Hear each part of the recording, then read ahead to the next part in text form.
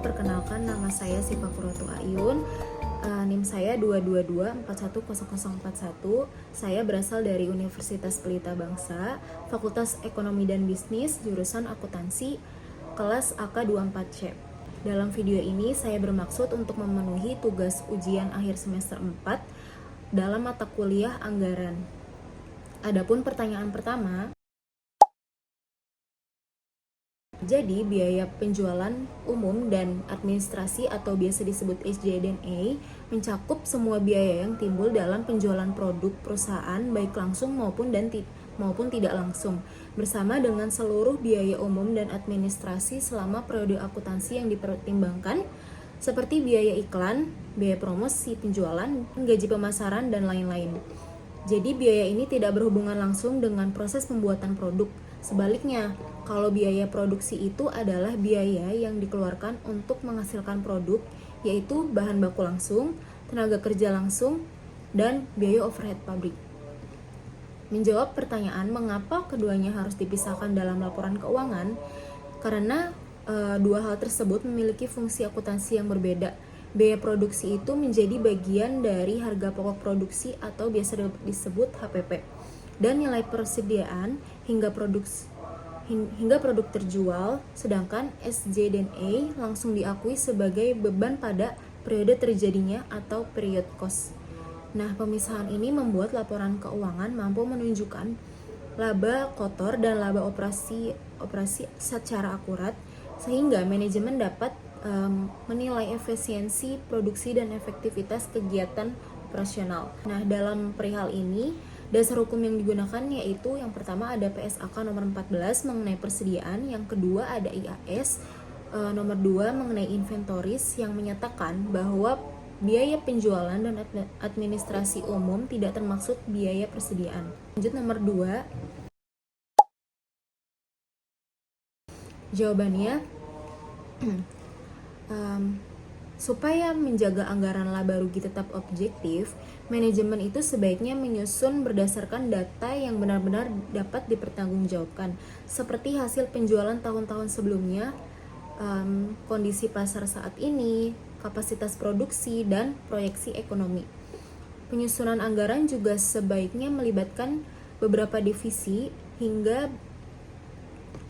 bukan hanya satu pihak, sehingga setiap angka yang ditetapkan berasal dari pertimbangan bersama dan lebih realistis.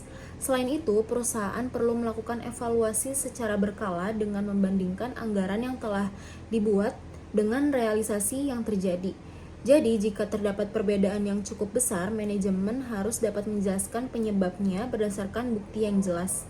Nah, dengan adanya pengawasan dari audit internal dan penerapan sistem pengendalian internal yang baik, risiko manipulasi anggaran hanya untuk memperlihatkan kinerja yang bagus dapat diminimalkan.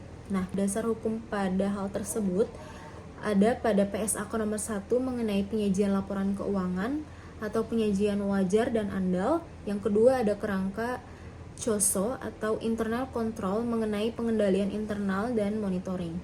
Nomor 3. Jawabannya, karena riset pasar itu membantu perusahaan memahami kondisi pasar sebelum menentukan target penjualan. Nah, dari riset tersebut itulah perusahaan dapat mengetahui apa yang sedang dibutuhkan konsumen, bagaimana daya beli masyarakat, siapa pesaingnya, serta bagaimana tren pasar yang sedang berkembang. Informasi ini membuat target penjualan lebih masuk akal dan tidak hanya berdasarkan perkiraan.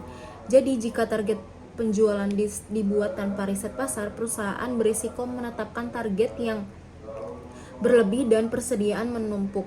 Jadi perusahaan berisiko menetapkan target yang terlalu tinggi atau terlalu rendah. Target yang terlalu tinggi itu dapat menyebabkan produksi berlebihan dan persediaan menumpuk, sedangkan target yang terlalu rendah dapat membuat perusahaan kehilangan kesempatan memperoleh laba yang besar. Oleh karena itu, riset pasar menjadi dasar penting agar seluruh perencanaan perusahaan lebih tepat sasaran. Nah, dasar hukum atau konsep yang dipakai adapun konsep master budget yang menyatakan bahwa anggaran penjualan merupakan dasar penyusunan seluruh anggaran operasional perusahaan, dan ada prinsip market oriented planning dalam manajemen pemasaran. Next, pertanyaan nomor 4. Nah, jawabannya, supaya laporan laba rugi tidak tetap dimanipulasi, manajemen itu perlu memastikan bahwa setiap angka dalam anggaran memiliki dasar yang jelas dan dapat dibuktikan. Misalnya, berdasarkan data histori, hasil riset pasar, maupun kondisi bisnis yang sedang dihadapi. Dengan begitu, anggaran tidak dibuat hanya untuk mencapai target tertentu, tetapi benar-benar mencerminkan kondisi yang mungkin terjadi. Selain itu, proses penyusunan anggaran sebaiknya melalui beberapa tahap pemeriksaan dan persetujuan agar tidak ada satu pihak yang dapat mengubah angka sesuka hati. Audit internal dan evaluasi rutin terhadap realisasi anggaran juga penting dilakukan karena dapat membantu mendeteksi jika ada penyimpangan atau asumsi yang tidak realitas sejak awal. Dasar hukum yang dipakai ada PSAK nomor 1 mengenai penyajian laporan keuangan, kedua ada COSO, Internal Control Framework. Pertanyaan nomor 5. Jawabannya itu karena berbeda dengan bahan baku yang penggunaannya dapat diketahui secara langsung untuk setiap produknya. Biaya overhead pabrik ini merupakan biaya yang digunakan bersama dalam proses produksi, misalnya biaya listrik pabrik, penyusutan mesin, gaji mandor, dan biaya pemeliharaan mesin. Nah, karena biaya tersebut tidak bisa ditelusuri secara langsung ke satu produk tertentu, maka BOP tidak dapat dibebankan langsung seperti bahan baku.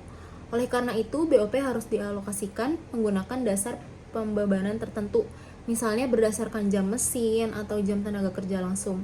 Nah, cara ini membuat pembagian biaya menjadi lebih adil sehingga harga pokok setiap produk dapat dihitung dengan lebih akurat.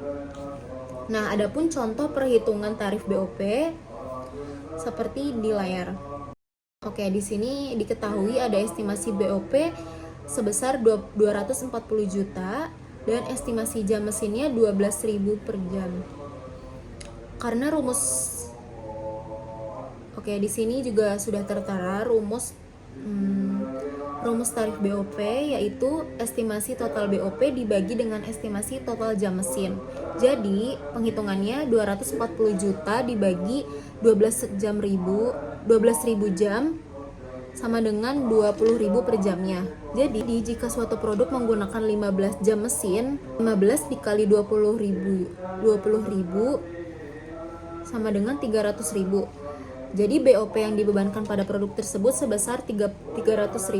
Pun dasar hukum mengenai BOP terdapat pada PSAK nomor 14 mengenai persediaan dan IAS nomor 2 inventories yang mengatur bahwa biaya overhead pabrik dan biaya overhead tetap dan variabel dialokasikan secara sistematis berdasarkan kapasitas produk normal. Baik, cukup sekian penjelasan mengenai pertanyaan-pertanyaan tadi. Apabila ada salah kata, mohon dimaafkan. Wassalamualaikum warahmatullahi wabarakatuh.